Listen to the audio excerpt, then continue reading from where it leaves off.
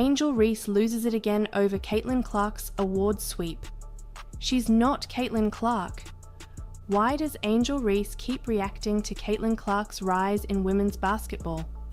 Caitlin Clark's record-breaking rookie season and her award sweep have made waves, but Angel Reese's reactions are stealing headlines.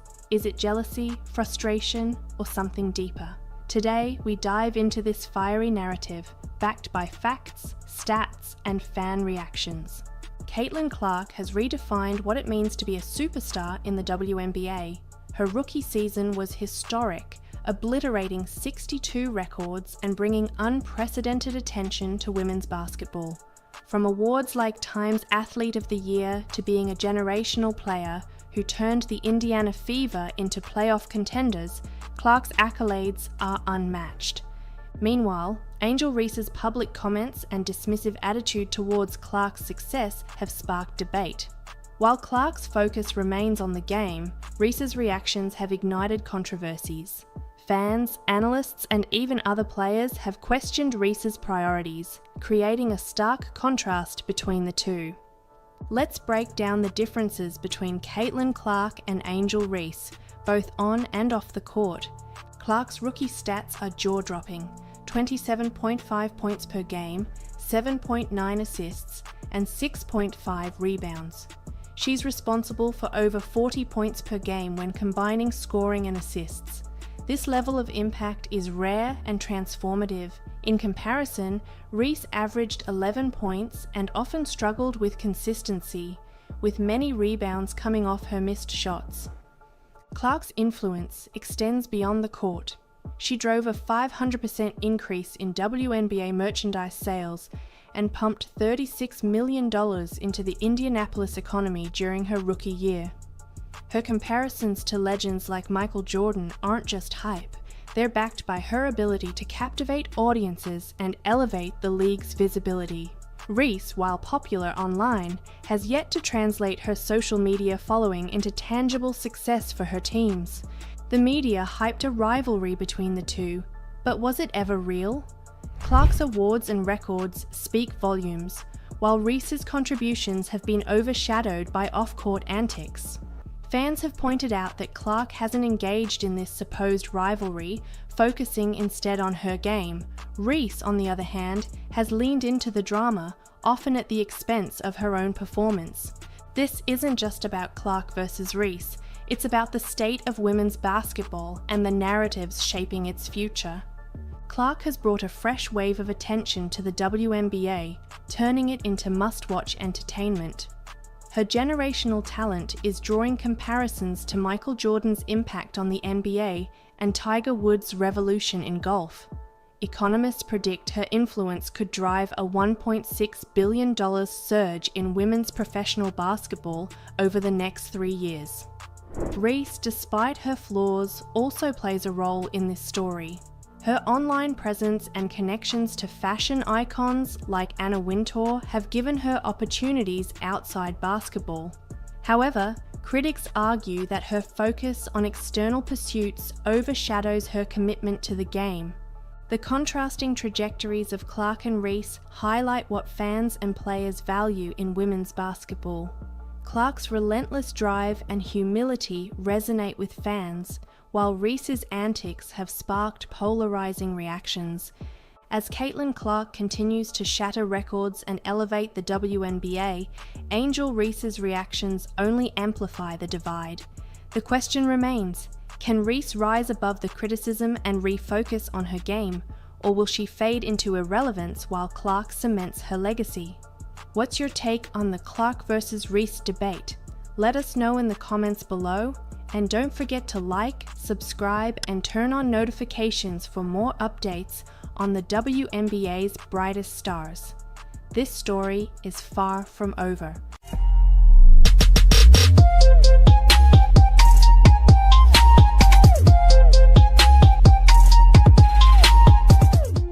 Obviously, it's annoying because there were way too many Caitlin fans in our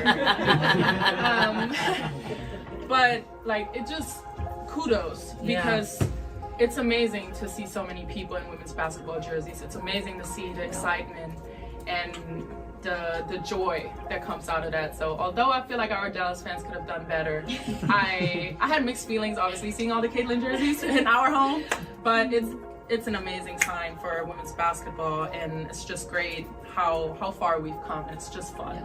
Yeah, it's good. It's a good thing. Satu Sabally shocks world by officially signing for Indiana Fever. Sato Sabali's reported move to the Indiana Fever has turned heads across the basketball world. Though the final contracts can't be signed until January 20th, the buzz surrounding this potential signing is already shaking up the WNBA. Why would Sabally leave the Dallas Wings after 5 standout seasons? The answer is clear: Caitlin Clark. Clark's presence has made Indiana the most exciting destination in the league. Today, we'll dive into why this move matters and how it could redefine the Fever's future.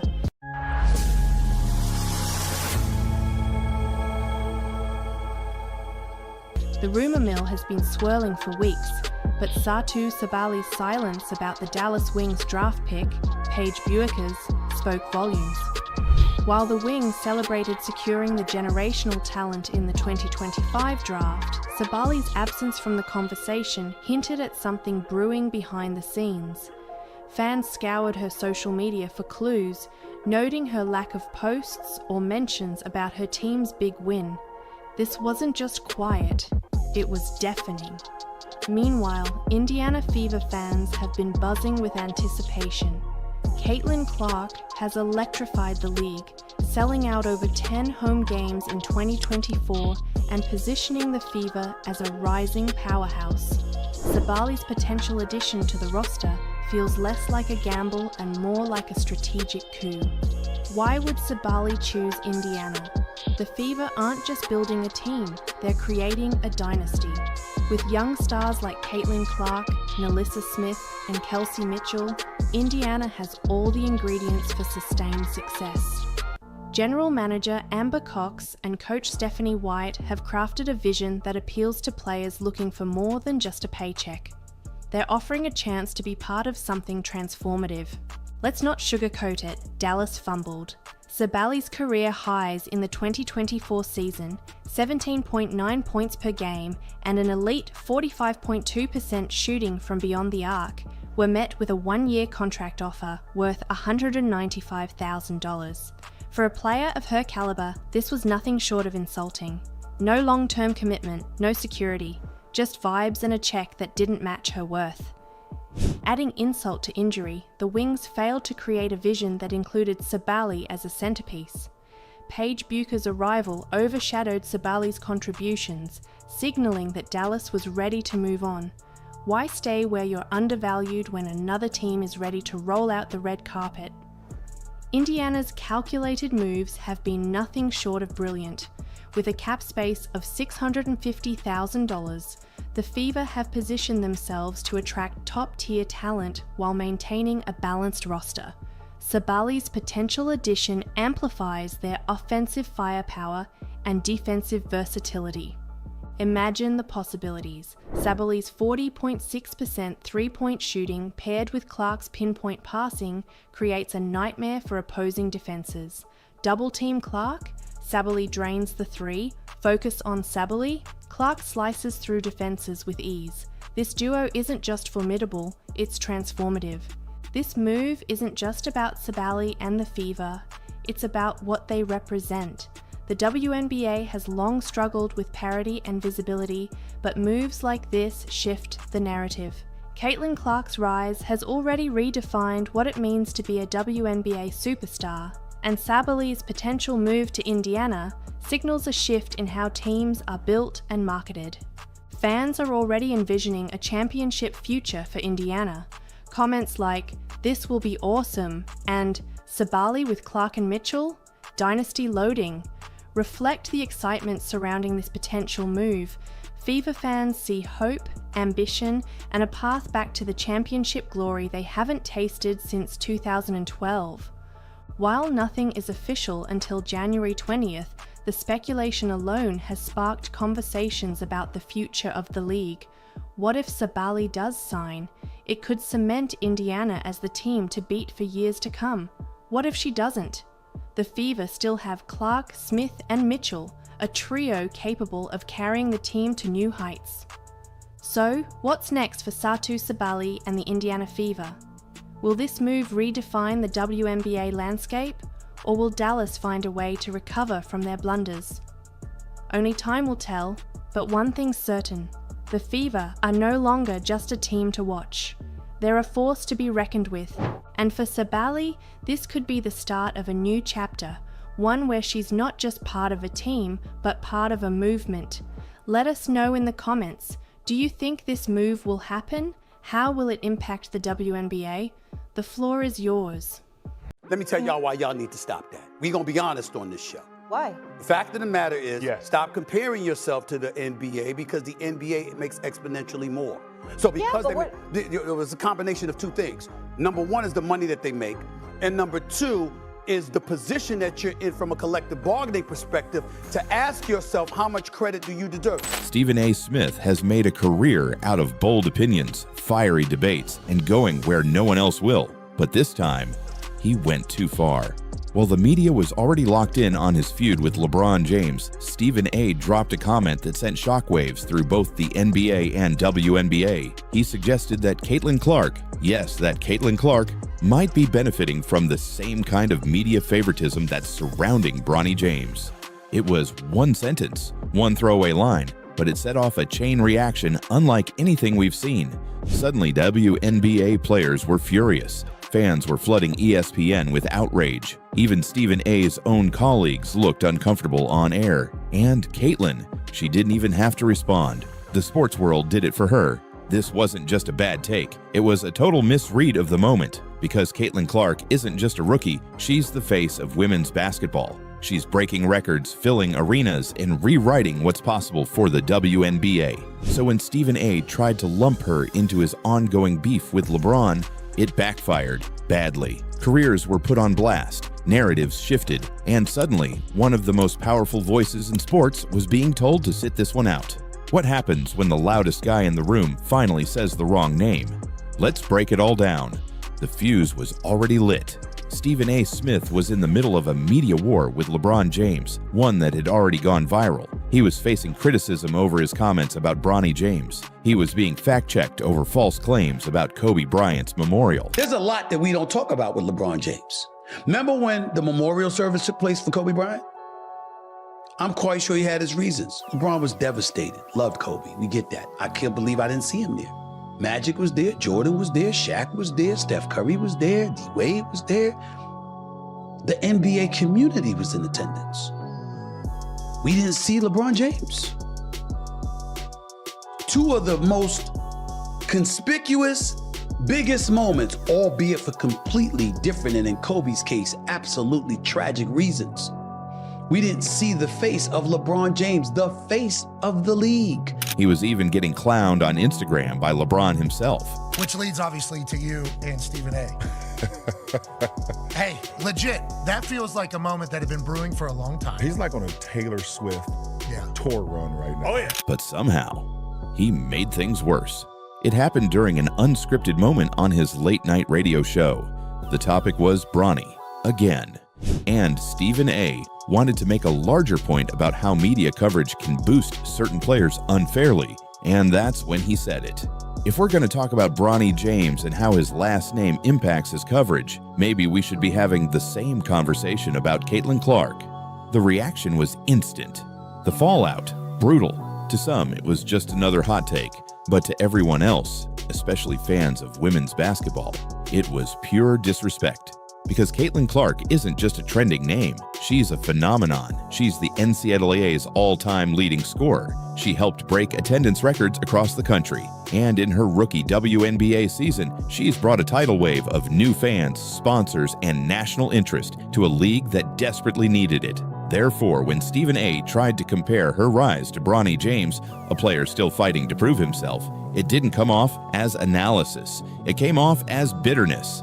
And the sports world let him hear it. WNBA players led the charge. Breanna Stewart posted a photo of Caitlin Clark pulling up from the logo, captioned, "This isn't hype, this is skill." Chiny Ogwumike, who also works at ESPN, tweeted, "You do not come for Caitlin like that, period." Nafisa Collier chimed in with a now viral post. Put some respect on her name. That girl is changing the game. And it didn't stop there. Fans on social media turned Stephen A into a target. Hashtags like Defend Caitlyn and Stephen A Out of Touch trended for days. TikToks mocking his take racked up millions of views. ESPN's own comment sections were flooded with calls for him to apologize, not just to Caitlyn, but to the entire WNBA community. Even ESPN insiders began to distance themselves. Molly Qerim, his longtime First Take co-host, looked visibly uncomfortable the next morning when Stephen A tried to brush off the drama. She didn't defend him, she didn't say a word, and that silence said everything. But the most shocking moment came from inside ESPN's walls. According to leaked reports, senior producers were furious. One anonymous source told a sports media blog, "We want debate, but Caitlyn Clark is untouchable right now. She's good for business, and Stephen A is hurting the brand." That's when the narrative shifted, because this wasn't just about hurt feelings. It was about money. Caitlyn Clark had become ESPN's most valuable rising star. She was already the centerpiece of a full-length docuseries. Her WNBA debut broke viewership records. She had become appointment television, and advertisers were pouring in because of her. Therefore, when Stephen A went after her, he wasn't just making waves, he was shaking the foundation of ESPN's future. And ironically, it wasn't the first time Caitlyn had dealt with this kind of criticism. Ever since her breakout run at Iowa, Clark had faced skeptics who called her overhyped, protected, or too cocky. But each time she answered the same way, with her game. She dropped 40-point nights, she nailed game-winning threes, she showed up in the biggest moments, and didn't just survive the spotlight, she owned it. So when Stephen A tried to tie her to media favoritism, it felt like deja vu. And this time, her supporters had the platform and the power to fight back. One viral clip summed it up best. A fan shouted from the stands during a Fever game, "She's not hype, she's him," and the crowd roared. Meanwhile, Stephen A. Smith was starting to crack. He tried to walk it back. "I wasn't criticizing Caitlyn," he said on his YouTube channel. "I was talking about media coverage, that's all." But nobody was buying it. Because when you mention Caitlyn Clark's name in a negative light, especially in 2025, you're not just starting an argument, you're picking a fight with a movement. And the media started turning on him too. Dan Le Batard, who rarely sides with Stephen A, called it out directly. "That wasn't commentary, that was careless. Caitlyn Clark is doing something we've never seen before, and instead of celebrating it, you're throwing shade because your LeBron feud got messy." Michael Wilbon added fuel to the fire. "There's no reason to mention her in that context. None. It's lazy, and it's unfair." At that point, even Stephen A's signature move, yelling louder, stopped working. He tried to reframe the debate. He tried to spin the moment, but the damage was done. And Caitlyn Clark? She never said a word. She let her supporters speak for her. She let her game speak for her. She stepped back onto the court and dropped 29 points, 7 assists, and 6 rebounds against a top-seeded team. And the post-game coverage said it all. Stephen A talks, Caitlyn Clark delivers. That headline ran on every major sports site, and it wasn't just a recap. It was a statement. This wasn't LeBron's fight anymore. This was the moment Caitlyn Clark became untouchable. Stephen A. Smith has survived a lot in his career. Heated debates, celebrity clashes, even on-air blunders. But this time, he might have finally found the one name you don't touch. Caitlyn Clark isn't just a basketball player. She's a movement. She's pulling in ratings the WNBA's never seen before. She's filling arenas that used to have empty seats. She's bringing in new fans. Young fans, male fans, families, people who never watched a WNBA game before now tune in just to see what she'll do next. And ESPN knows it. That's why they built a whole broadcast strategy around her. Why her games lead highlight reels. Why her name brings in sponsors. Caitlyn Clark is the engine behind one of the biggest growth moments in women's sports history. So when Stephen A tried to reduce that to media hype, it wasn't just tone deaf. It was a business liability. LeBron might have laughed it off with a meme. Bronny might have stayed silent, but Caitlyn didn't have to say anything because the entire sports world came to her defense. WNBA players, ESPN insiders, casual fans, legends, teammates, and even rivals all pushed back against Smith's narrative. And that's rare. That kind of unity doesn't happen unless something is truly out of bounds. And that's exactly what this was. Now, Stephen A. finds himself in an unfamiliar position, not as the voice of reason, not as the shot caller, but as the guy who went too far. Again. And Caitlin Clark, she just keeps rising. So where does it go from here? Will ESPN force Stephen A. to issue a formal on-air apology? Will he keep doubling down to protect his brand? Or will he finally learn that not every player is fair game, especially when they're redefining an entire league? The next time Stephen A. says something controversial, people will watch. But now, they'll be listening a little closer, because he didn't just pick the wrong battle, he picked the wrong star. And Caitlin Clark, she's just getting started.